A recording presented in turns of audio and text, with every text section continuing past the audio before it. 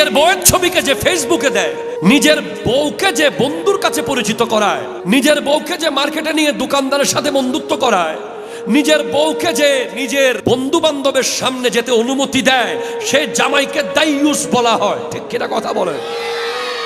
আর গায়রতওয়ালা জামাই বলা হয় যার বউয়ের চেহারা তো দূরের কথা, বিবির নামও দুনিয়া জানে না। যার বিবির নামও দুনিয়া জানে না, সে হলো গায়রতওয়ালা মরদ।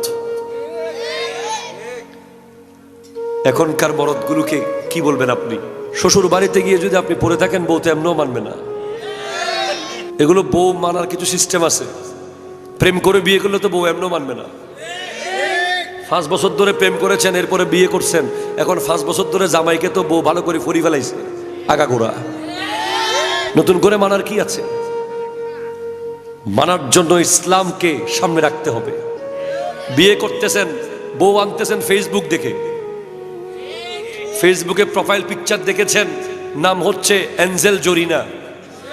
ঠিক কিনা জোরে কথা বলেন না?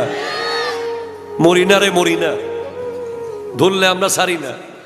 এরকম দেখে নিয়ে এসেছেন, রং ঢং দেখে বউ নিয়ে এসেছেন, বা মেয়ের বাবার টাকা দেখে বউ নিয়ে এসেছেন, সেই বউ তো মানবে না। ঠিক কিনা জোরে কথা বলেন? বিয়ে তো এখন আর মানুষের সাথে মানুষের হচ্ছে না, বিয়ে হচ্ছে টাকার সাথে টাকা, ক্ষমতার সাথে ক্ষমতা, বাড়ির সাথে বাড়ির, গাড়ির সাথে গাড়ির, ক্লাবের সাথে ক্লাবের, চিংড়ি মাছের সাথে চিংড়ি মাছের বিয়ে হচ্ছে, কালাবোনার সাথে কালাবোনার বিয়ে হচ্ছে। কেমনে মানবে?